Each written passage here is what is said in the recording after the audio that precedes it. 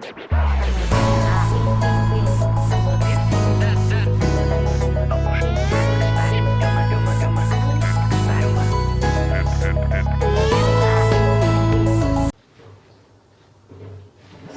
warahmatullahi wabarakatuh.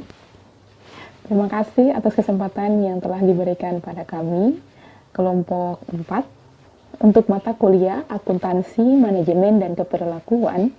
Di kelompok 4 ini kami akan membahas tentang etika dan akhlak keperlakuan dalam auditing.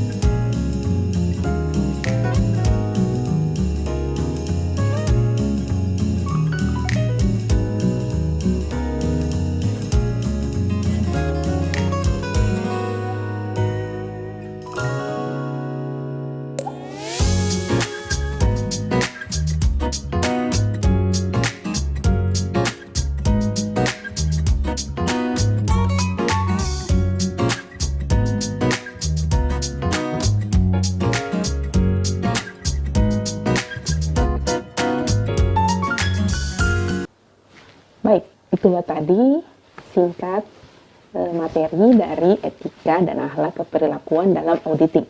Selanjutnya, kami akan bacakan 4 pertanyaan dari beberapa perwakilan dari kelompok 1, kelompok 2, kelompok 3, dan kelompok 5. Oke, untuk kelompok 1, pertanyaannya mengenai materi akuntansi keperlakuan dalam auditing. Yang kita ketahui bahwa auditor itu rentan terjadinya namanya fraud. Menurut kelompok penyaji, apakah sistem yang ada di pemerintahan dapat dikatakan sudah cukup untuk mencegah terjadinya fraud dalam auditing?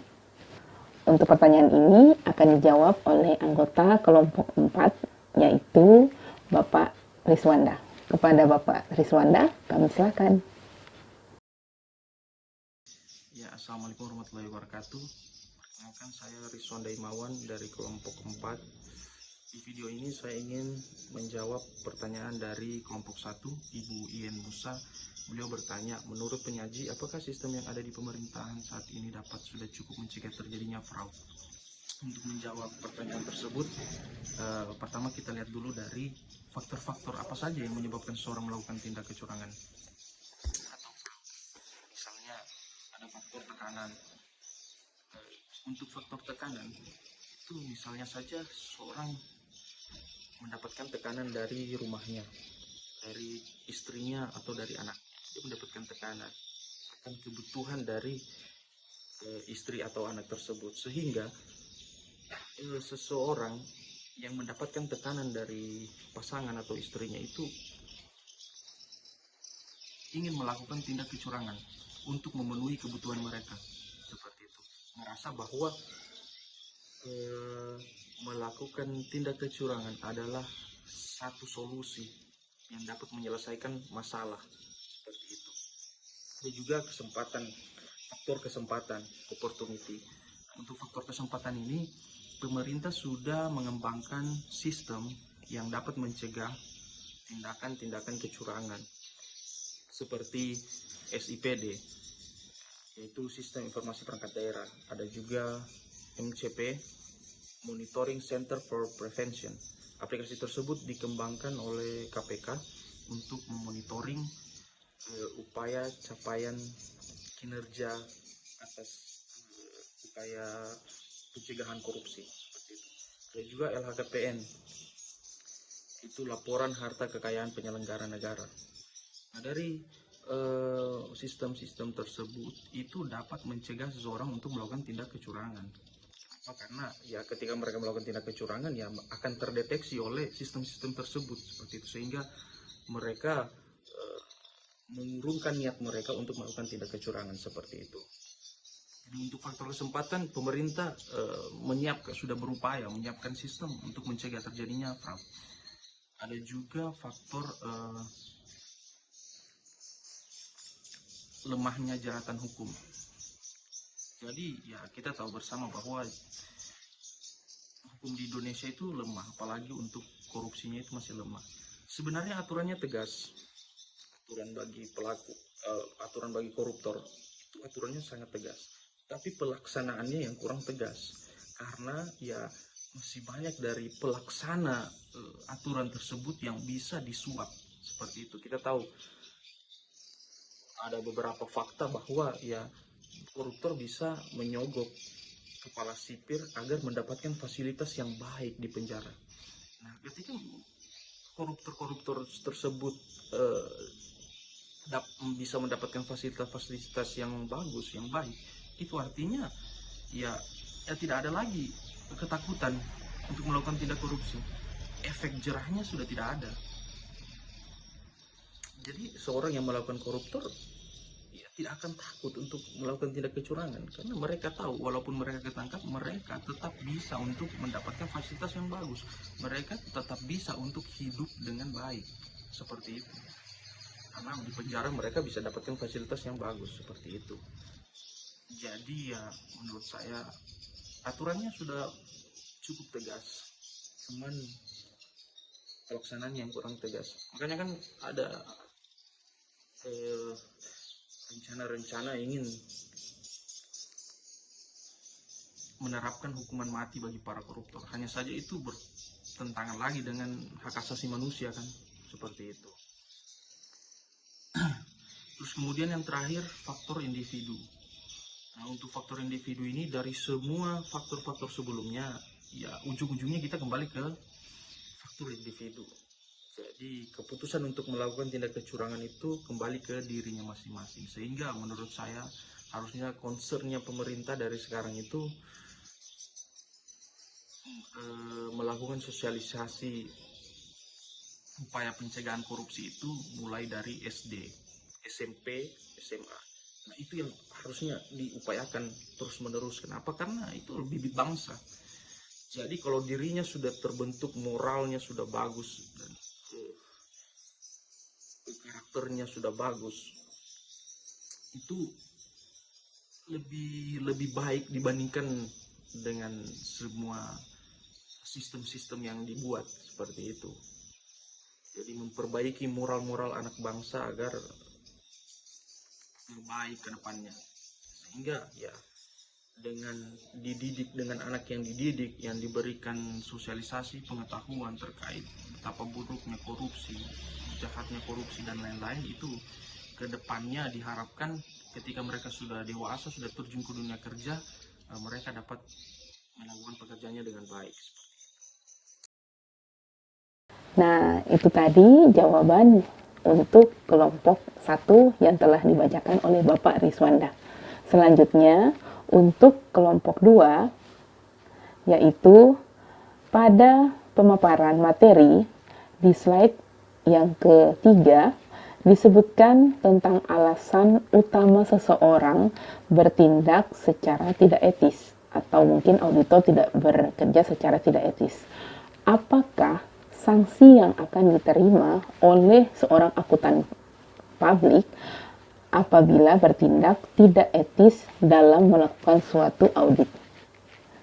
Untuk pertanyaan kelompok 2 ini akan dijawab oleh saya sendiri, yaitu Dian Rizky sebagai salah satu anggota dari kelompok 4. Oke, untuk pertanyaan kelompok 2, jawabannya, apabila seorang akuntan publik itu tidak etis dalam melakukan pemeriksaan auditing, maka sanksi yang dapat diberikan oleh akuntan tersebut adalah izin dari kantor akuntan publiknya itu akan dicabut.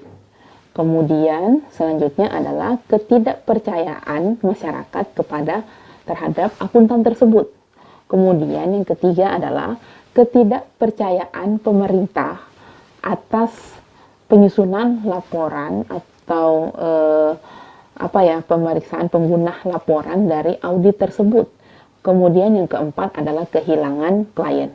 Selain tadi yang disebutkan, akuntan publik juga bisa mendapatkan sanksi administratif, yaitu sanksi dari Menteri Keuangan, kemudian sanksi dari Otoritas Jasa Keuangan atau OJK, dan bahkan bisa mendapatkan sanksi pidana.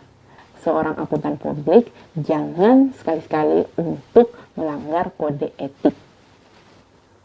Nah, itu untuk jawaban untuk kelompok 2. Selanjutnya, pertanyaan kelompok 3 dan juga kelompok 5 akan kami bacakan sekaligus dan akan dijawab oleh anggota kami, yaitu Ibu Wahidah. Untuk pertanyaan kelompok 3 yaitu bagaimana kita dapat memastikan bahwa independensi suatu auditor, baik independensi dalam fakta maupun independensi dalam penampilan, dapat dipercaya, dan konsekuensi yang didapatkan oleh auditor apabila terbukti melanggar nilai-nilai dari independensi tersebut.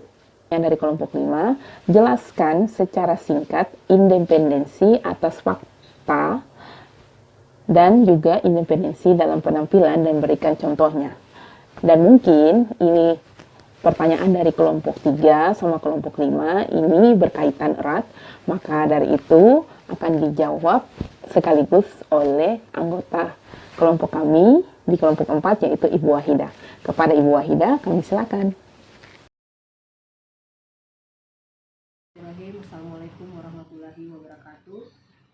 Berikut ini kami dari kelompok 4, saya atas nama Wahidah mencoba untuk menjawab pertanyaan dari kelompok 3 dan 5 sehubungan dengan perkuliahan kita akuntansi manajemen keperilakuan dalam materi etika dan akhlak keperilakuan dalam audit. Pertanyaan kelompok 3 dan sekaligus juga kelompok 5, bagaimana memastikan bahwa seorang auditor itu independen, baik itu independen dalam fakta maupun independen dalam penampilan, dan konsekuensinya auditor apabila terbukti melanggar nilai-nilai dari independensi serta sampaikan dengan contoh-contohnya. Berikut ini kami mencoba untuk menjawab independensi dalam fakta, yaitu sikap auditor yang memiliki kejujuran yang tinggi dan tidak mengada-ngada dalam menyampaikan fakta-fakta audit, sehingga tidak menimbulkan sikap bias dalam pelaksanaan auditnya. Contoh, apabila dalam pelaksanaan audit seorang auditor menemukan kesalahan yang ada hubungannya dengan pimpinan dari proyek atau paket yang harus dia audit, seorang auditor harus berani untuk menyampaikan baik secara langsung ke user maupun dalam produk-produk auditnya yang sebelumnya telah melalui tahapan review oleh atasan auditor. Sementara independensi dalam penampilan adalah auditor harus mampu menampilkan dirinya untuk tidak menimbulkan pandangan yang lain dari pihak lain yang tidak baik tentang dirinya. Contohnya, sikap santun baik dari sikap dalam fisik maupun tutur kata dalam pelaksanaan audit, dan tetap untuk mempertahankannya walaupun mungkin saja auditi merupakan orang yang sudah biasa bercengkrama sebelumnya dengan sang auditor. Konsekuensinya apabila auditor terbukti melanggar nilai-nilai independensi, yang pertama akan dipertimbangkan dalam penugasan berikutnya dari atasannya, baik itu auditor di bidang pemerintahan, dalam hal ini APIK dan BP, Badan Pemeriksa Keuangan, maupun pada auditor di kantor akuntan publik. Yang kedua, mendapatkan penilaian buruk dari auditi. Yang ketiga, sulit untuk mempertahankan jabatan atau profesinya sebagai seorang auditor. Jadi mungkin itu saja dari kami di kelompok 4. Saya atas nama Wahidah mewakili teman-teman saya sehubungan dengan jawaban dari pertanyaan kelompok 3 dan kelompok 5. Terima kasih. Wassalamualaikum warahmatullahi wabarakatuh.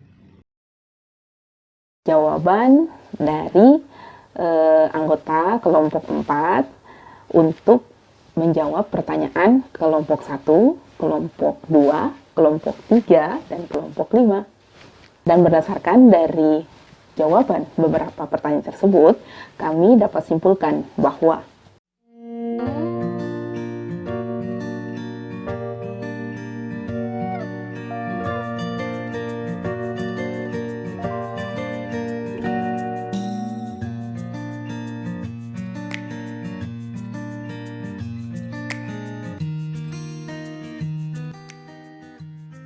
Baik, itulah tadi kesimpulan yang dapat kami sajikan.